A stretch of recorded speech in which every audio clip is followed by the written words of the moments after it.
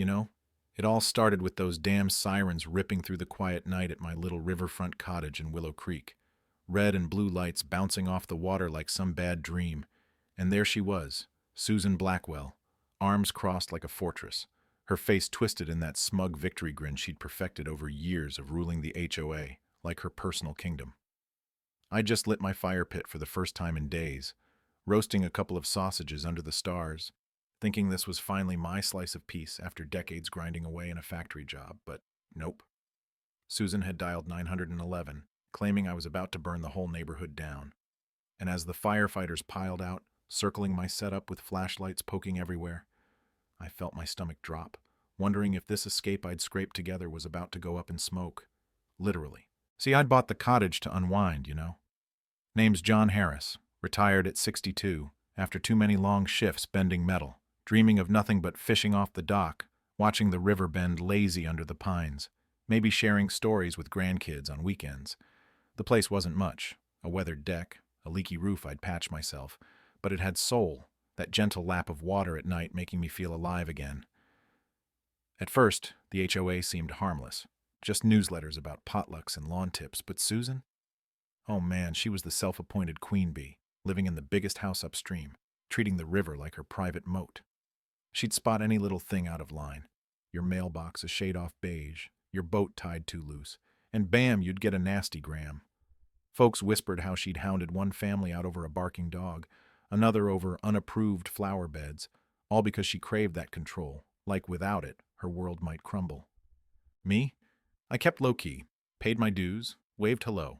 But when I decided to build that fire pit, after double-checking county codes, layering gravel deep, adding a heavy metal screen for sparks, I knew it might poke the bear. The first night I fired it up, flames crackling soft, sausages sizzling. Susan materialized out of the shadows like a ghost with an agenda. "What in God's name are you doing?" she snapped, her voice slicing the air sharp as a knife, eyes wide, phone already in hand like a weapon. "Having supper," I said easy, holding up a fork. "Want one?" But she just huffed. "This is a violation, John, a blatant hazard in a wooded area like this, endangering us all because you think rules don't apply." I shrugged. "Check the codes myself, Susan. It's safe, gravel base, screen on top, hose right here." She snapped a photo, lips pursed tight. "We'll see about that," and vanished into the dark, heels clicking like ticking bombs. 2 days later, those sirens, fire crew inspecting, neighbors gawking, Susan crowing. There it is, officers, an illegal blaze waiting to happen. But then the chief crouched down, touched the stones, straightened with a nod. "Folks, this is textbook safe. One of the best backyard setups I've seen. Whoever did this knew their stuff." Susan's jaw dropped like it had been unhinged, the board members murmuring shock. And me? My chest swelled, not with gloating but relief, though deep down I sensed her defeat would only fuel the fire. From there, it escalated fast, Susan's grip on power slipping, making her lash out wilder. Complaints piling up like driftwood, my dock obstructing views. It had been there forever. My grass too wild. It wasn't. Even my porch lights disrupting the peace.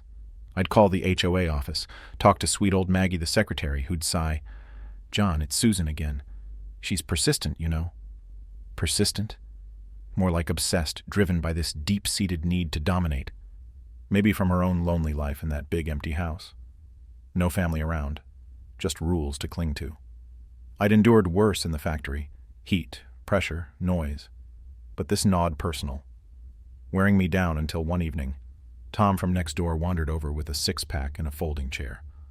"Heard the chief's praise," he said, popping a can. "Susan's fuming. Folks are tired of her bullying, John. You've got allies."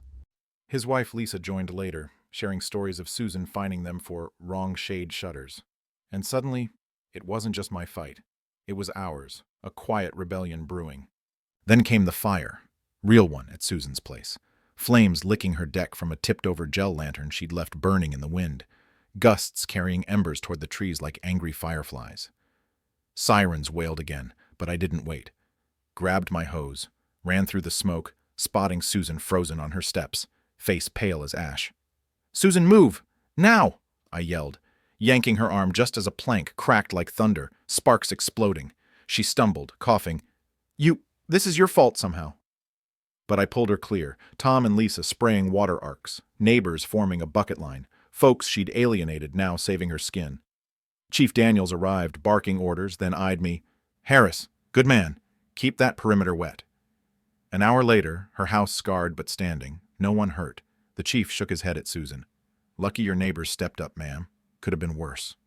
She just stared, trembling, something cracking in her eyes. Gratitude? Shame? But no, it twisted back to fury. The backlash hit hard. HOA meetings turned battlegrounds. Susan slamming folders. He's a vigilante, a liability. Fine him. Remove that pit. But I stood calm, handing out chief's letters praising my setup, neighbor notes vouching for me. John fixed my fence, helped my kid with homework. He's no threat. Evidence mounted. Videos catching Susan sneaking onto my lawn, kicking over stones, bending the screen, her own sabotage exposed. At the town hall, packed with folks, Susan ranted, "He's tricked you all." But the chief stepped up. Harris saved lives, his pit's gold standard. And Deputy Moore revealed footage of her spray painting "liar" on my dock, the room gasping, turning on her like a tide. The board voted, expelled, suspended, investigated, Susan storming out, "This isn't over, John. You'll pay." Even the lawsuit she slapped me with, harassment, defamation, crumbled in court, judge dismissing it swift. Frivolous claims, Miss Blackwell. Evidence shows the opposite. Neighbors packed the gallery, cheering quiet as I walked free. But here's the twist that still nags me. Weeks later, Susan sold her house, vanished upstream, but not before one last anonymous note in my mailbox. You think you fixed everything? Some fires never die. Was it a threat? Regret? Or just the echo of a broken woman who'd lost her throne? Makes you wonder. If I'd pushed harder early, called her out public, would it have ended different or just fed the flames? Anyway, what about you? Drop your thoughts below. Was I right to stay kind through it all? Or should I have fought fire with fire sooner? Share your wild HOA tales or community clashes. Love hearing how you'd handle it.